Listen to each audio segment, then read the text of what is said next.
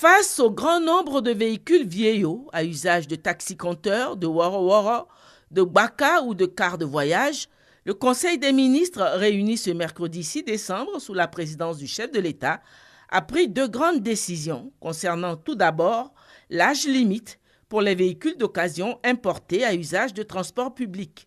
L'âge limite des véhicules automobiles d'occasion importés affectés au transport public de personnes ou de marchandises est fixé comme suit.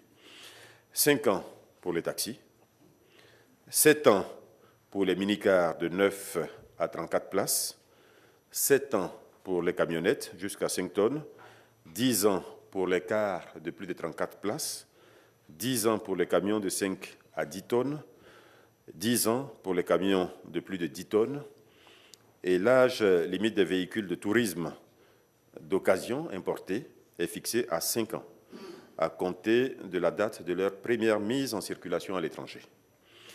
Ce dispositif, vous l'aurez compris, vise à réduire significativement le nombre croissant d'accidents de la route en Côte d'Ivoire, vise également à réduire les émissions de gaz à effet de serre, donc à limiter la pollution qui induit des problèmes de santé pour nos populations. L'autre décision concerne la durée d'exploitation des véhicules à usage de transport public. La nouvelle armée ivoirienne, souhaitée par le gouvernement, se dessine tout doucement, une armée rajeunie. Ainsi, pour la première fois, près d'1 millier de militaires sont sur les rangs pour un départ volontaire des armées. Le Conseil des ministres a validé leur décision de départ. Au 31 octobre 2017, date limite fixée pour le dépôt des candidatures, 991 demandes sur 1067 avaient obtenu un avis favorable de la commission d'examen des demandes de départ. Il s'agit de 3 officiers, de 634 sous-officiers et de 354 militaires du rang.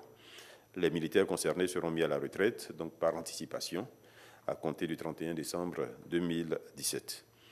Avant cette date, ces militaires recevront leur pécule de départ. Ils seront ensuite rayés des effectifs des forces armées de Côte d'Ivoire et seront admis à faire valoir leurs droits à pension de retraite à compter du 1er janvier 2018. Une cérémonie officielle sera organisée le 20 décembre 2017 à l'état-major général des armées à cet effet.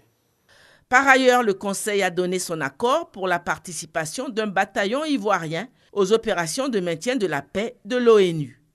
Le prochain Conseil des ministres se réunira le jeudi 14 décembre prochain.